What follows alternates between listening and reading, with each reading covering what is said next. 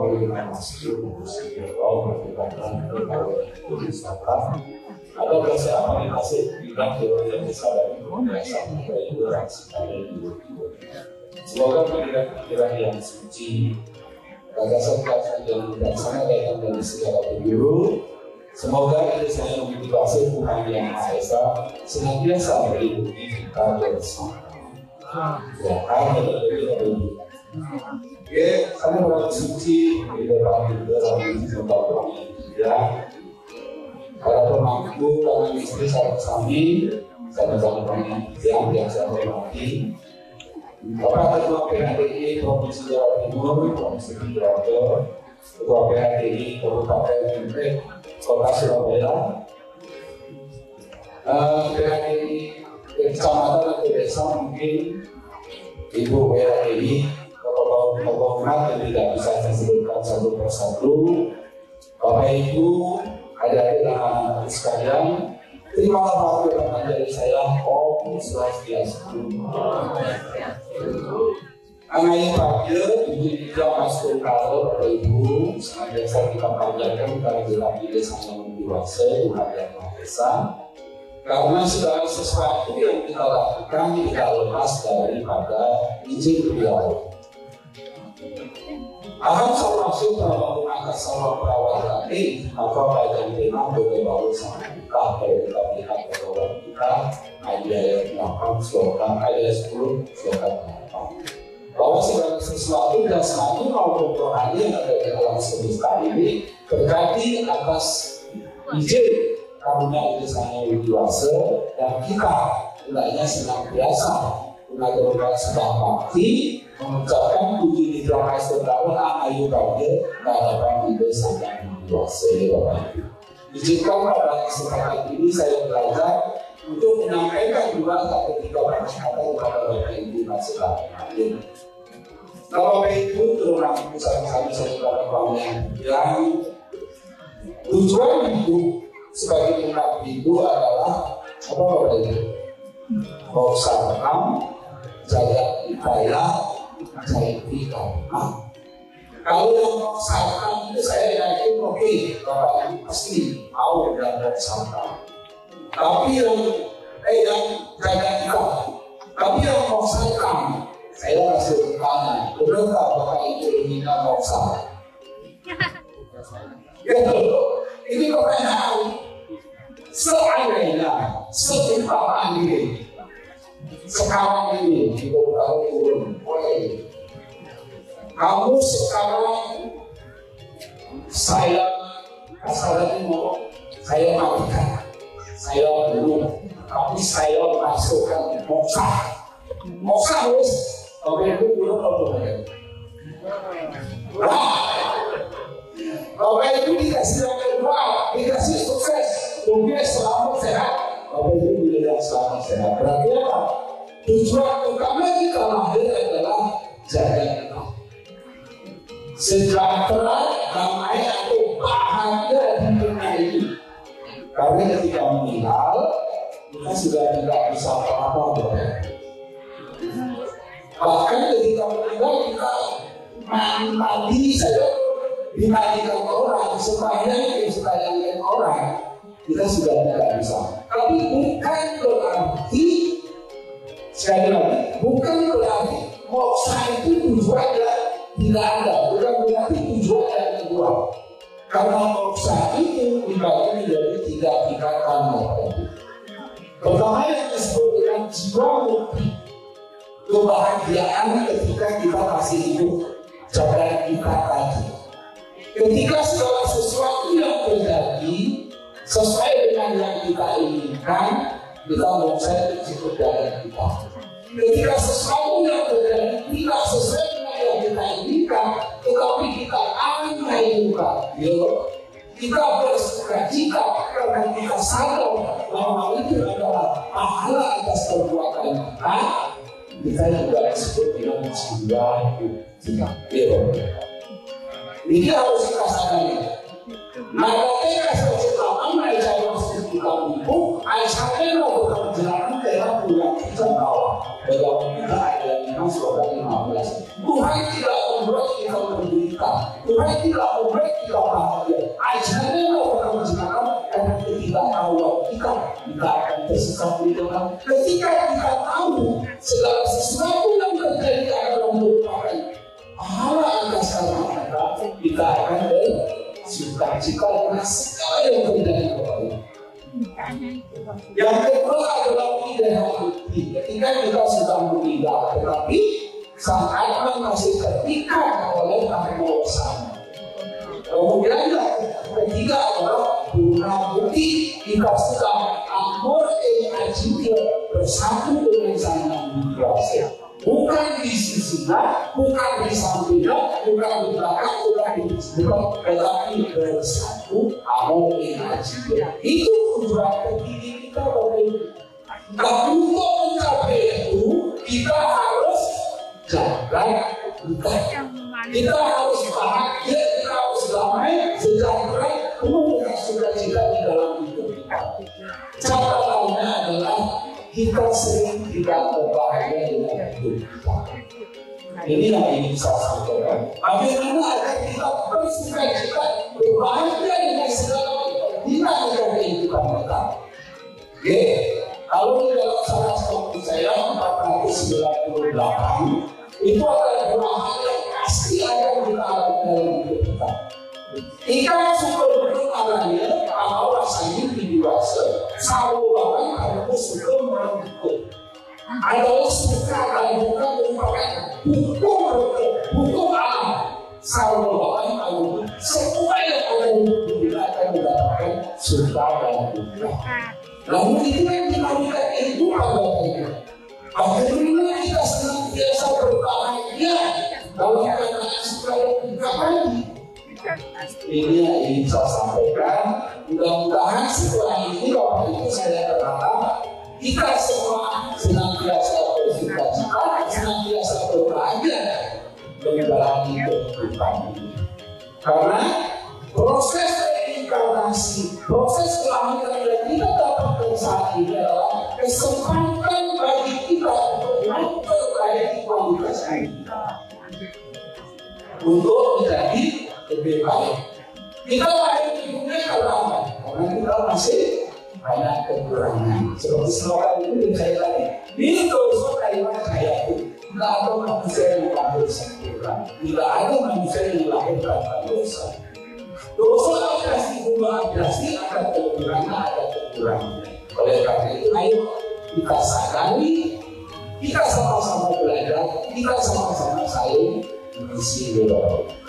Nah, rumus atau resep agar kita bahagia di dalam hidup kita selama dalam menghadapi dinamika ini, yang pertama adalah kita harus bersyukur kepada Allah itu bahagia. Bersyukur dengan apa bahagia? Yang pertama dengan kelahiran kita sebagai manusia. Risa ikan dan ikan. Benar, supaya ikan sumber asal kamu. Pada satu yang sumber kamu ikan asal kamu, maka ini bukan ikan dan ikan. Pada saat saya suka itu.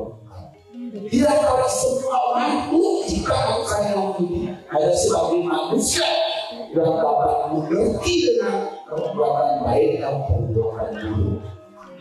Pada saat itu yang sumber kamu ikan asal berbuat perbuatan buruk kita dengan perbuatan baik.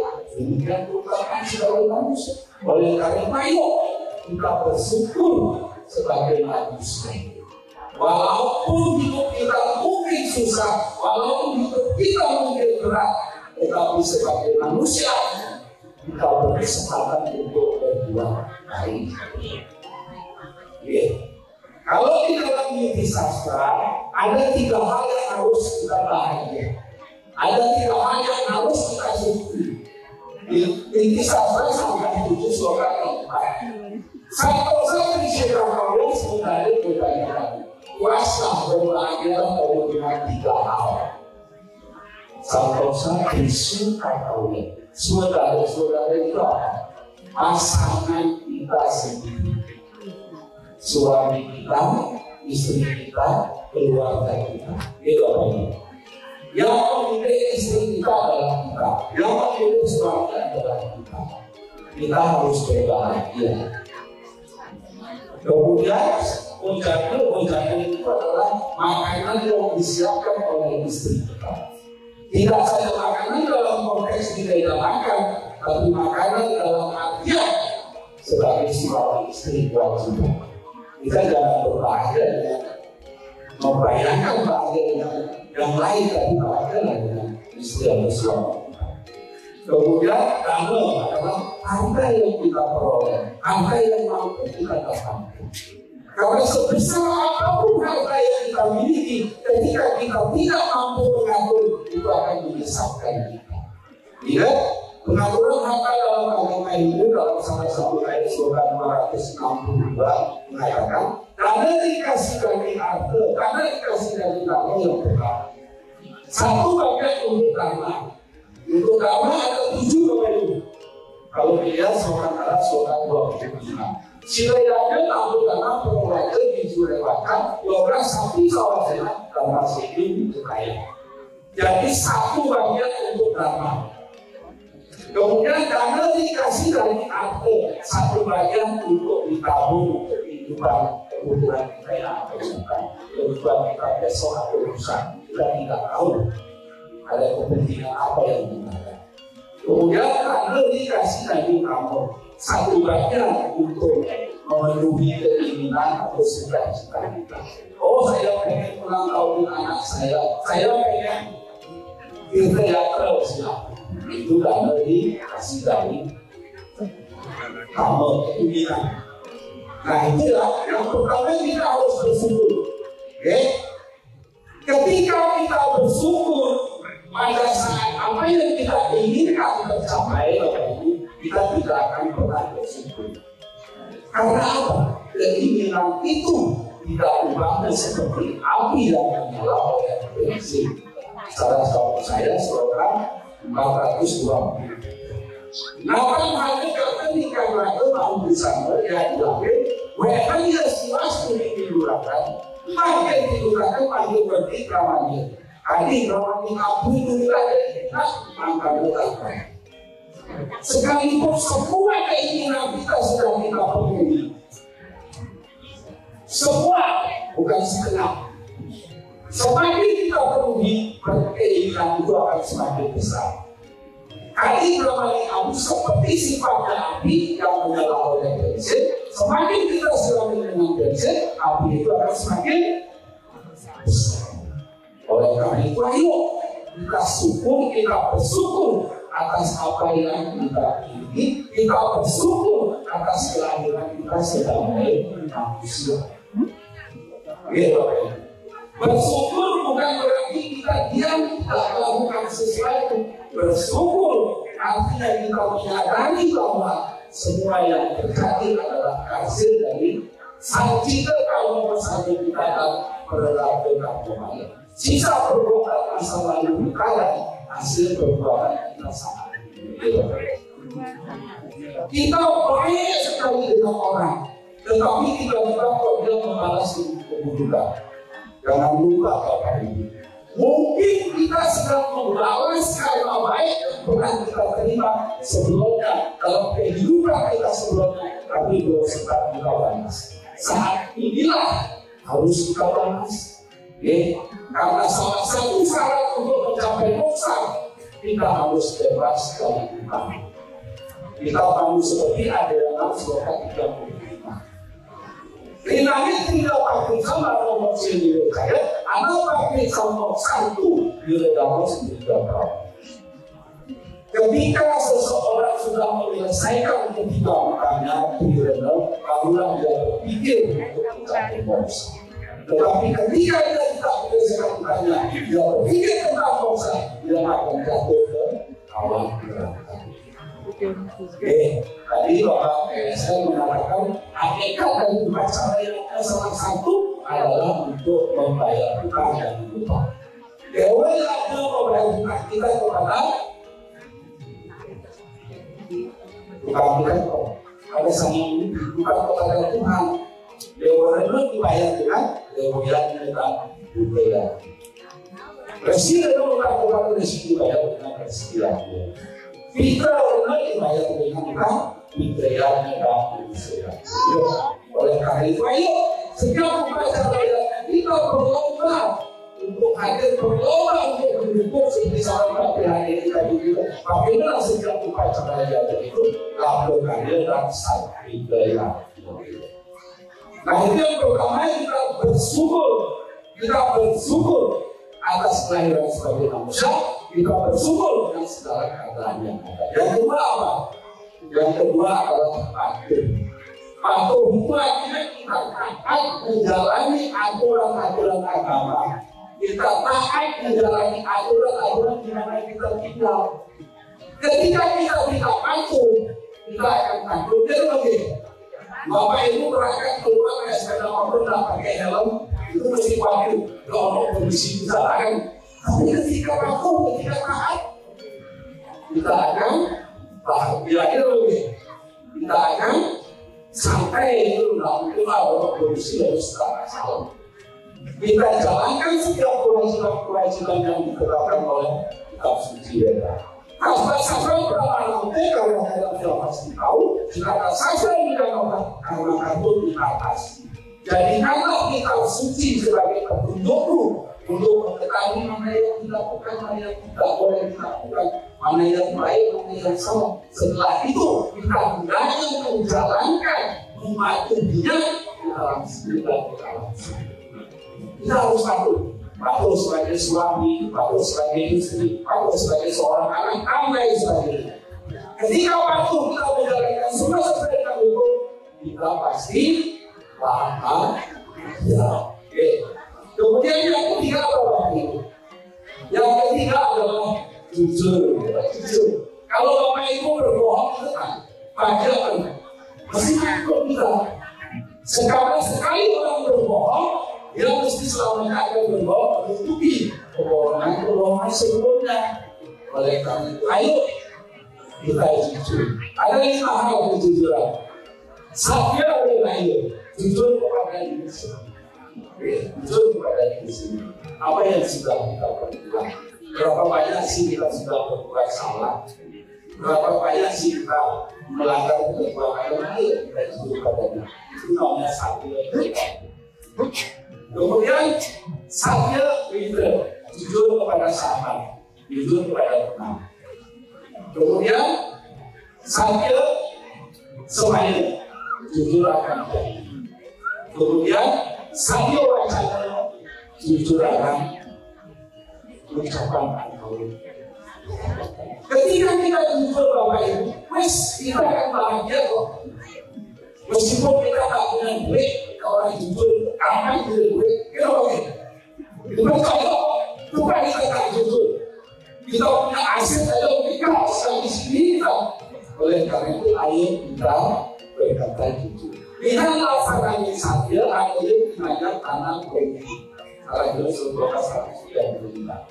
133 inilah perilaku orang saja. Maka saya orasikan satu. Dia akan mengatakan seperti tidak tahu. Dengan kejujuran, dengan sebenar-benarnya.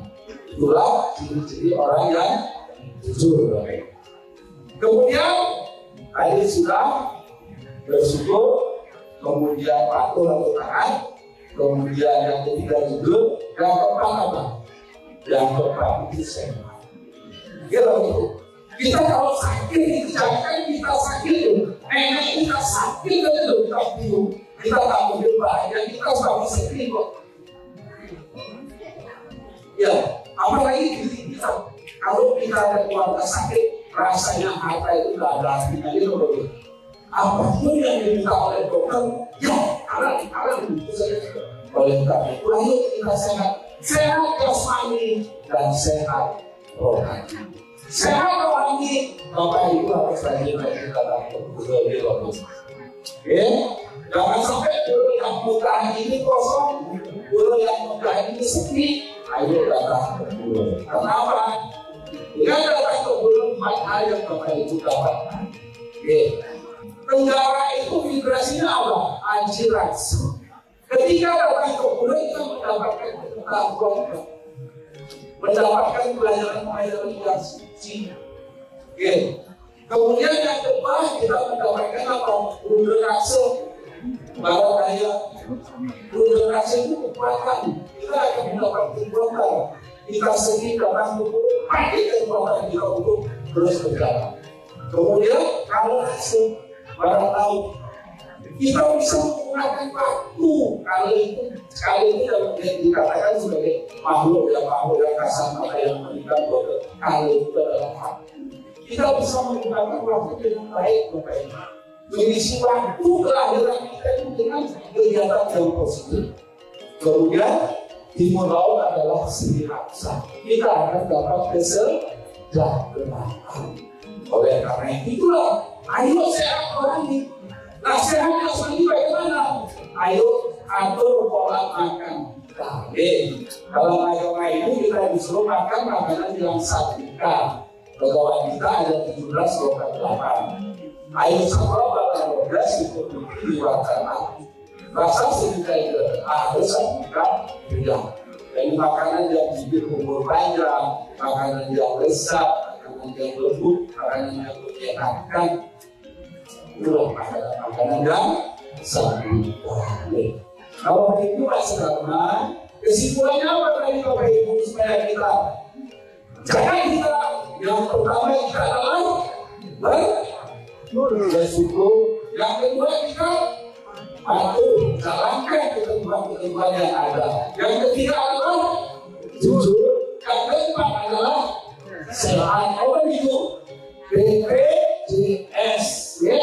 Bapak Ibu harus punya BPJS, ya. Supaya bersyukur, supaya patuh, ayo jujur, ayo hidup sehat. Dengan demikian kita akan bahagia. Kalau Bapak Ibu dalam pesan ya, demikian yang dapat saya sampaikan. Semoga yang singkat ini bermanfaat bagi kita untuk meningkatkan kualitas hidup kita. Saya pasti bahwa itu semoga kita semua ada dalam keadaan baik. Swaha selalu saya sakit bahwa itu semoga kita senantiasa merasa kedamaian. Saya bersama bahwa itu semoga kita dapat menjadi pemimpin bagi diri kita sendiri. Saya bersama guna bahwa itu sehingga kita dapat mencapai kesempurnaan. Pada saat aku besar, semoga mainan dan pikiran kita tetap sehat, jauh dari penyakit bangkit untuk meningkatkan kualitas ini. Lalu dengan para pesanti, Om Santi, Santi, Santi, Om.